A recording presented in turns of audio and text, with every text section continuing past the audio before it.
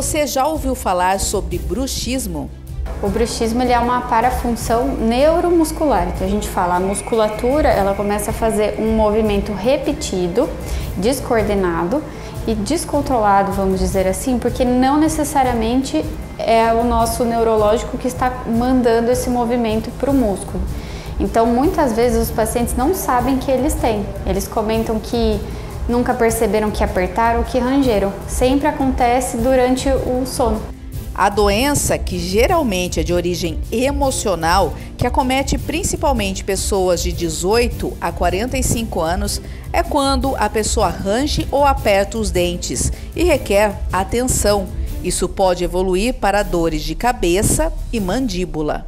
A gente brinca que os sintomas aparecem principalmente em boca, mas a causa não está na boca. A origem principal é psicológica, emocional. Então, estresse, preocupações, noites mal dormidas, isso pode causar também. Uma pesquisa realizada pela Organização Mundial da Saúde, a OMS, aponta que 40% dos brasileiros têm o bruxismo. O problema não tem cura, mas pode ser controlado. A gente consegue controlar os sintomas e prevenir esses problemas que o bruxismo causa. O aparelho é uma prevenção. O aparelho é uma prevenção. Mesmo. É uma placa miorrelaxante. Ela vem para bloquear, vamos dizer assim, o contato entre os dentes inferiores com os superiores.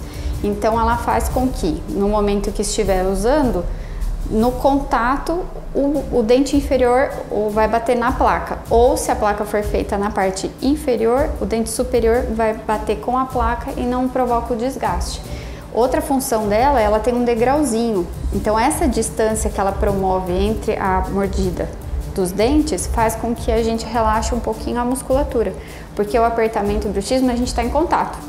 Quando a gente põe a placa, a gente não consegue encostar, a gente fica assim.